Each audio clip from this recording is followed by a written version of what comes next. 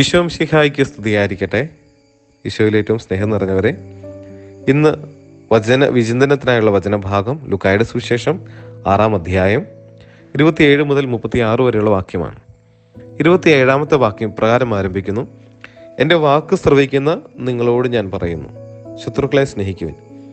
ക്രിസ്തുവിനെ അനുഗമിക്കാൻ ആഗ്രഹിക്കുന്ന ഓരോ ക്രിസ്ത്യാനിയോടും, ഈശോയുടെ ശിഷ്യത്വത്തിലേക്ക് വിളിക്കപ്പെട്ടിരിക്കുന്ന ഓരോ വിശ്വാസിയോടും, ദൈവത്തിൻ്റെ ഹിതം അനുവർത്തിക്കാൻ ആഗ്രഹിക്കുന്ന ഓരോ വ്യക്തിയോടും വചനം വ്യക്തമായിട്ട് പറയുന്നു: ശത്രുക്കളെ സ്നേഹിക്കുവിൻ, നിങ്ങളെ അധിക്ഷേപിക്കുന്നവർക്ക് നന്മ ചെയ്യുവിൻ, ശപിക്കുന്നവരെ അനുഗ്രഹിക്കുവിൻ, അധിക്ഷേപിക്കുന്നവർക്ക് വേണ്ടി പ്രാർത്ഥിക്കുവിൻ.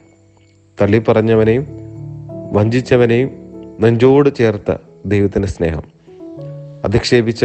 അധിക്ഷേപിച്ചവരെയും പീഡിപ്പിച്ചവരെയും ക്ഷമിച്ച് അവരെ സ്നേഹിച്ച ദൈവം, ആ ദൈവം നമ്മളോടും വ്യക്തമായിട്ട് പറയാൻ ആഗ്രഹിക്കുന്നു: നിങ്ങളും ഇതുപോലെ ചെയ്യുവിൻ. നമ്മുടെ ബലിയർപ്പിക്കാനുള്ള യോഗ്യത നമ്മുടെ ഉള്ളിലുള്ള സ്നേഹമാണ്. ഈ സ്നേഹം മറ്റുള്ളവർക്ക് കൊടുക്കാനായിട്ട് നമുക്കിപ്പോഴും സാധിക്കട്ടെ.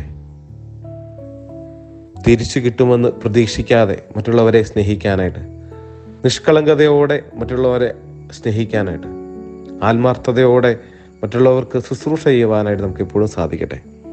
ദൈവത്തിൻ്റെ കരുണ ഓരോ നിമിഷവും അനുഭവിക്കുന്നവരായി നമുക്ക് ഈ കരുണയുടെ മുഖം മറ്റുള്ളവർക്കും കൂടെ കാണിച്ചു കൊടുക്കാനായിട്ട് സാധിക്കട്ടെ.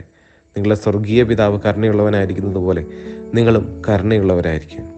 ഈ കരുണയുടെ മുഖം നമ്മുടെ ജീവിതത്തിൽ പ്രാവർത്തികമാക്കുവാനുള്ള കൃപ നമുക്ക് ലഭിക്കട്ടെ. ദൈവം നമ്മളെ ഓരോരുത്തരെയും അനുഗ്രഹിക്കട്ടെ. ആമേൻ.